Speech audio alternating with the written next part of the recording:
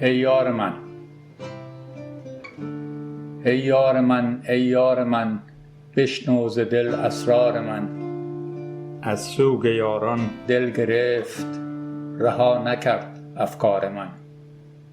اینجا تو شهرهای وطن، یاران به جنگ تن به تن. پیراهن خونینشان آزادی خواهد در وطن. با دست خالی می روند تا بشکنند مهر از دهن. فریاد آزادی زنند در کوه و در دشت و دمن.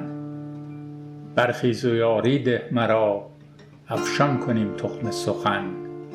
آزاد او آزاد توست، آزاد تو آزاد من.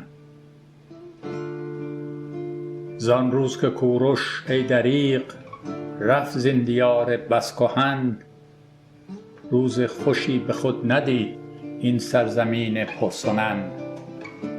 هر جا که عشق باشد شعار، آزادی است در انجمن. وآنجا که شلاق است و دار، حق را کشند با فوت و فن. یاران خیال ما کنند، ما بی خیالیم در چمن. آنان بدن گلگون کنند، ما خانه را از یاسمن. برخیز و یاری ده مرا، افشان کنیم تخم سخن. آزاد او آزاد توست، آزاد تو آزاد من. باغ سخن آفت زده از هرزه گویان چمن. از خار و از مار پر شده هر گوشه خاک وطن. بالای دیوار جغد شوم، آوای شادیست قدغن. بر سر دار مانده به جا، کشته گمنام بی کفن.